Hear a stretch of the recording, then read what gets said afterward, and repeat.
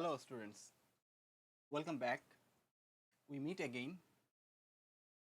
As you remember, in the previous video, I tried to give you some idea about the definition of culture. Here, I'll talk about some essential features of an organization's culture, which will give you a better understanding of different types of culture existing in an organization. So, there are 6 primary characteristics or dimension that seems to capture the essence of an organization's culture. An organization is attached high to low score in each of the 6 dimensions, which I'll talk about in this video. So here you can see the first one. The first primary characteristics or dimension is the innovation and risk-taking dimension. Innovation and risk-taking. You may know that not all organizations promote or encourage risk-taking activities and innovation. Some organizations want to play safe. So the organizations that score high on this dimension is the one that expects its employees to be innovative, or it wants its employees to take risk because it believes that taking risk is necessary for growth. So in this type of organization, employees trying new things, new way of doing things are always encouraged. Failing attempts are even seen as a learning opportunity, and employees who make mistakes are not treated negatively, and employees making mistakes are also seen as a positive thing sometimes. And there is some organization who are at the other extreme. So on the other extreme, there are organizations where risk taking is not encouraged. These organizations score low in this dimension.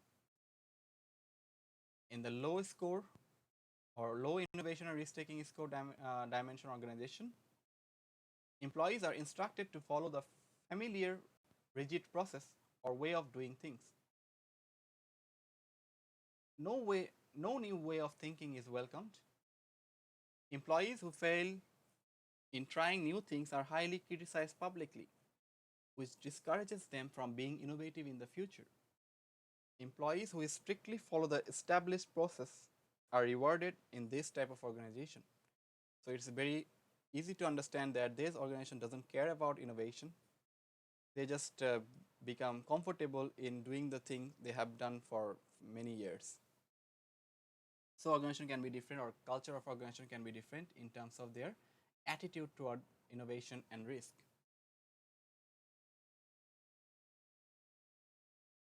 The second characteristic or dimension, which is attention to detail, it tries to capture the level of detail sought by the company in their everyday work.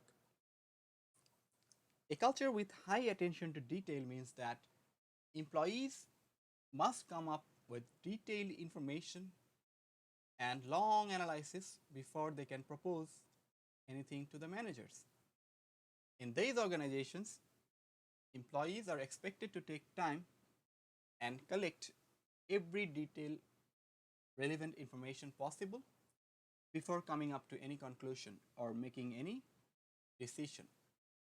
So that means before you make any decision, if you come up with any conclusion, you make any recommendation, you have to take some time and collect every little detailed information possible.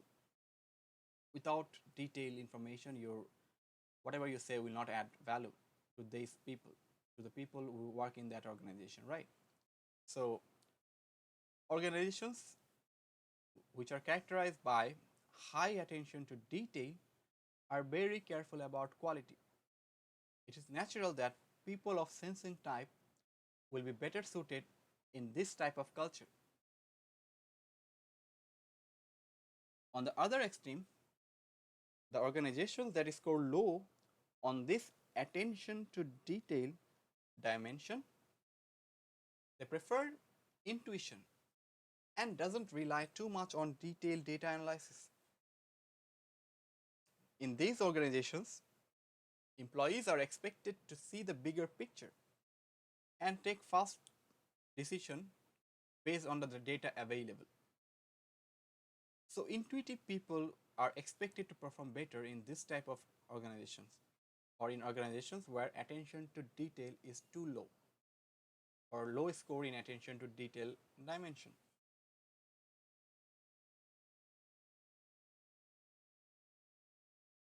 Organizational culture can also be categorized in terms of whether it focuses on the results only or the process too.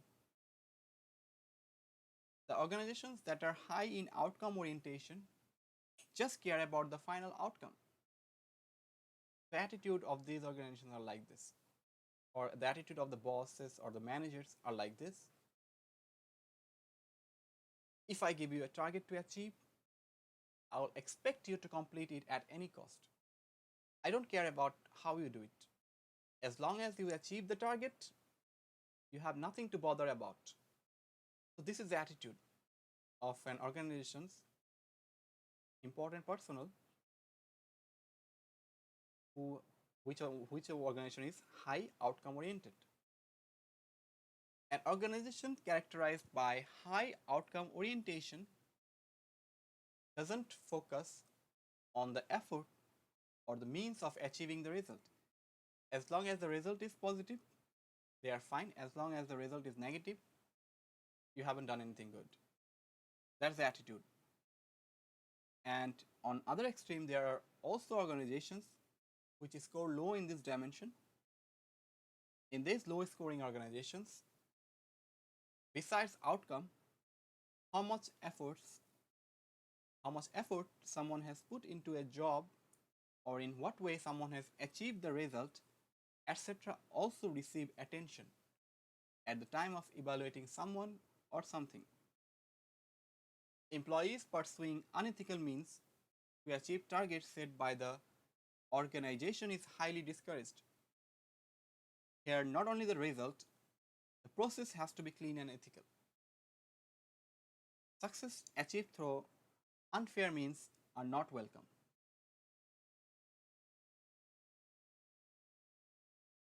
Next,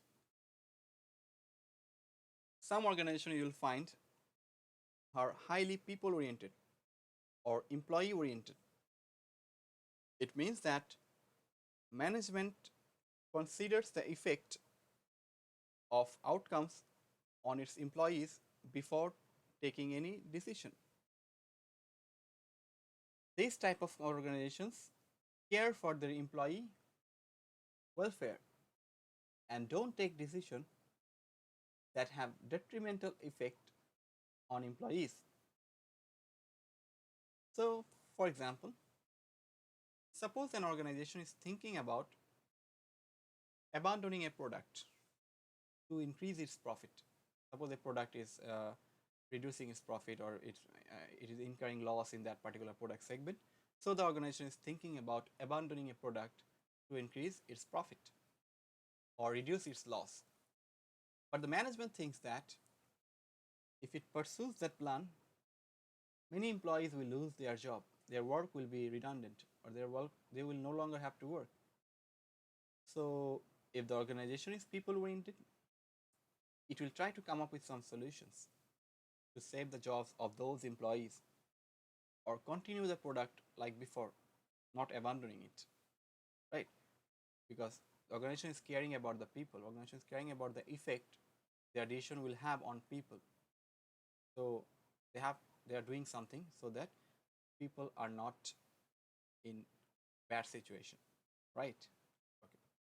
But in some other organizations or in some other organizational culture, employees are seen merely as a tool to achieve the organizational objectives. The managers or management of these organizations, which score low on people orientation dimension, have a tendency to exploit employees. Organization where this culture prevails will definitely not be a good choice or good place to work.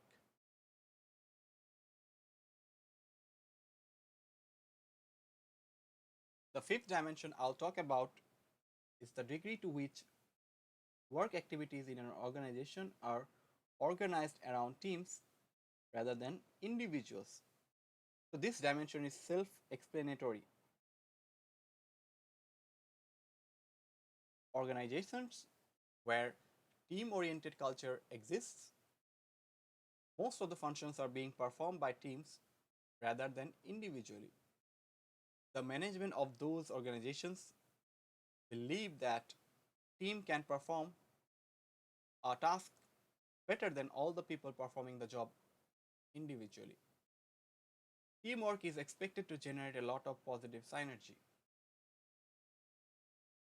In other extreme, there are organizations where tasks are distributed individually, employees are judged or evaluated individually, and rewards are also given based on individual performance with no focus on teamwork or group work.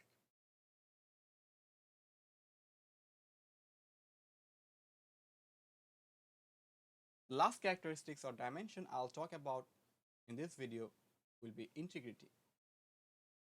Some cultures promote ethics and integrity strictly.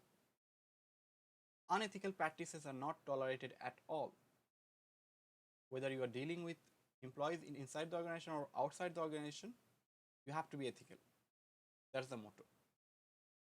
Employees are expected to follow high ethical standard in everything they do. People or employees pursuing unethical practice never go unpunished here. However, not all the company maintain the same ethical standards. Some companies are also characterized by culture which doesn't put enough emphasis on maintaining strong ethical standards in their work. Employees also understand that and they also feel comfortable in engaging in unethical behavior in these organizations. So, with this I conclude this video. Thank you for your patience and effort. Hope to see you soon, inshallah.